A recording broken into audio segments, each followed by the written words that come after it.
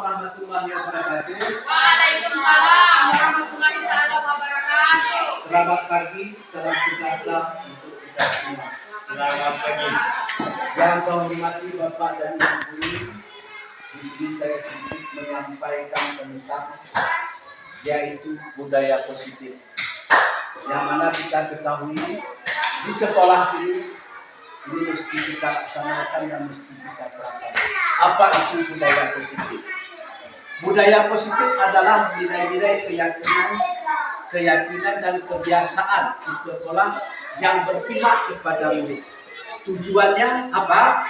Yaitu membantu murid, yaitu untuk berkembang dengan pribadi kritis dan penuh hormat dan bertanggung jawab.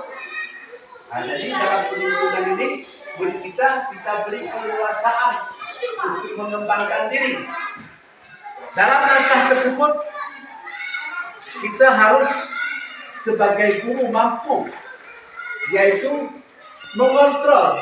Nah, disinilah posisi kontrol kita selaku guru.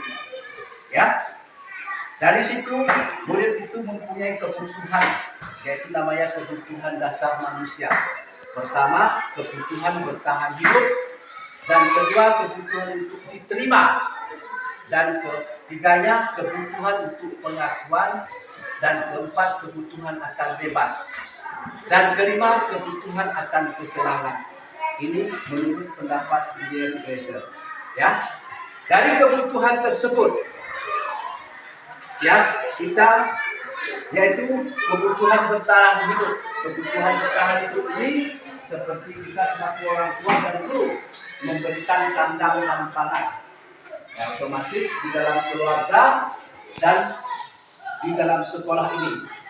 Kebutuhan untuk diterima.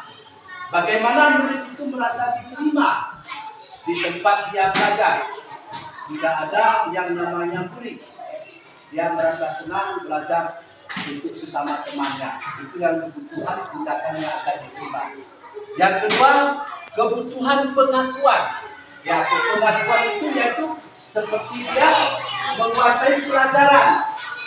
Ya, kita akui hebat kalau anak itu bisa menjadi juara, mampu dia melakukan tersebut. Itu yang namanya kebutuhan, yaitu pada anak yang namanya pengakuan.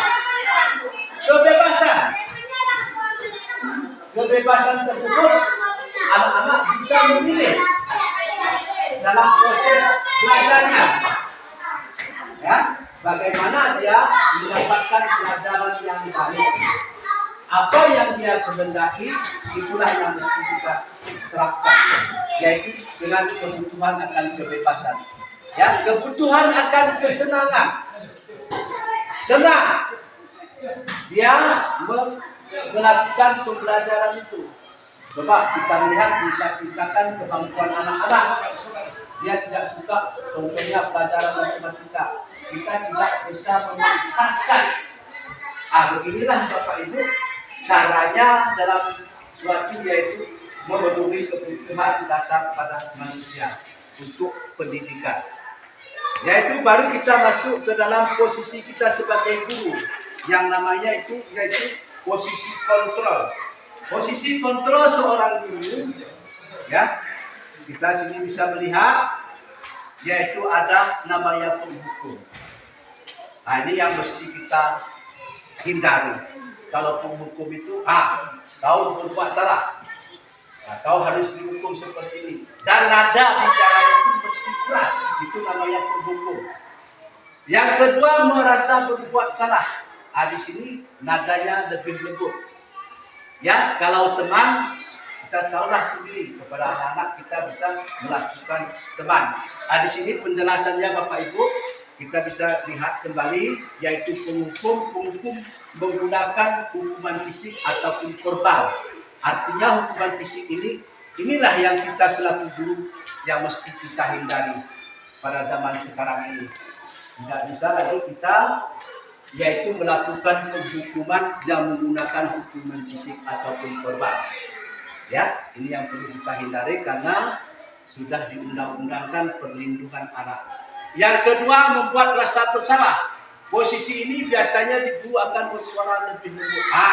kalau anakmu sudah melakukan kesalahan, sudah mencoret-coret meja, apa yang kamu lakukan itu adalah kamu melanggar dari kesepakatan kelas.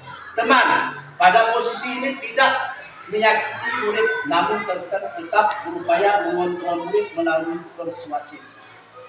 Yang keempat, memantau. Artinya memantau ini memonitor apa yang dilakukan oleh murid atau pengawasan. Yang kelima, manajerial. Ini yang mesti kita terapkan. Manajerial yaitu mentor di mana guru berbuat sesuatu bersama dengan murid, mempersilakan murid mempertanggungjawabkan perilaku untuk mendukung murid agar dapat menemukan solusi atas permasalahan. Mentor artinya Bapak Ibu guru itu sebagai contoh teladan. Ya, kita selaku guru mampu harus yaitu menjadi suatu contoh bagi dia. Ya, untuk menyelesaikan permasalahan ini kita persilakan murid bagaimana solusinya. Umpama contoh, ya, manajerial. Kamu kenapa sering terlambat sekolah? Ya, dengan alasan Pak saya bergadah. Nah, jadi apa solusinya Bapak Ibu guru? Coba, kamu telah melanggar keyakinan kelas, datang tepat pada waktunya. Sekarang apa sebabnya? Apa alasan kami? Ya, kita bisa mengatakan kepada murid, setiap manusia itu mempunyai salah dan harus kita rubah hal tersebut agar murid bisa yaitu tepat datang pada waktunya. Yang ketiga, kita harus yaitu langkah selanjutnya dalam posisi ini yang namanya segitiga restitusi, ya. Segitiga restitusi pertama sekali yaitu menstabilkan identitas. Apa itu menstabilkan identitas?